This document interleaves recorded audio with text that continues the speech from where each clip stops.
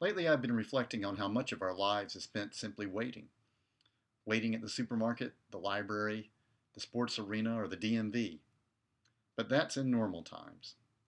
In the period of COVID 19, some people are waiting in the emergency room, or by a hospital bed, in the food distribution line, or on the phone for unemployment benefits. Almost all of us are waiting to see friends or family again and for life to return to normal, even though we know normal will never be quite the same again. Of course, waiting is a big part of the Christian tradition.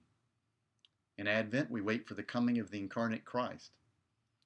In Lent, we wait to meet the risen Christ at Easter. The church waits for the return of its bridegroom, Christ, in the Kairos time, the time when the kingdom of God is here and yet not entirely complete. It strikes me that there's a tension in Christianity around the idea of waiting. It seems like a discipline, like prayer or Bible study, acts of mercy, charity, or worship. Those are all active things. You're probably familiar with the famous passage in Isaiah chapter 40, verse 31, where the author declares that they that wait upon the Lord shall renew their strength. They shall mount up with wings as eagles. They shall run and not be weary, and they shall walk and not faint.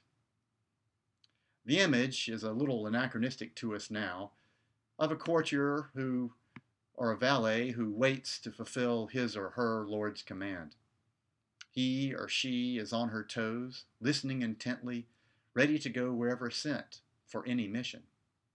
It's a kind of waiting which is entirely active, attentive, expectant. It presumes that the Lord, in this case God, is already on the move.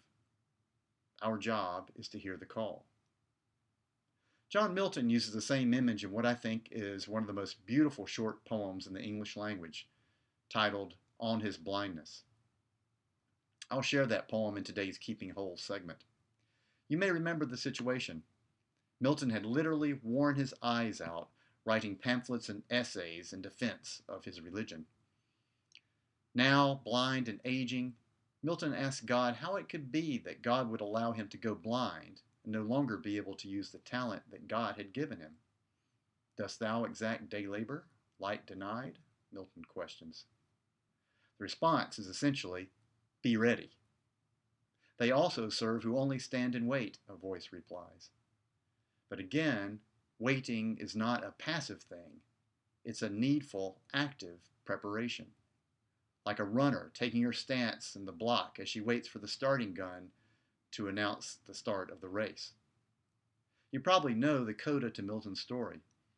A few years later, still blind and old, he dictated every line of Paradise Lost, perhaps the greatest long poem in the English language. So while we might be called to wait in a time of pandemic, we're not called to be passive. I think rather that we're called to be ready, prepared, expectant. We're called to see and hear God's Spirit on the move, and it is on the move in the pandemic, the recession, the nationwide witness for racial justice and equality, so that as that Spirit sweeps through, it will pick us up, if we are ready. It may be that the call has already gone out.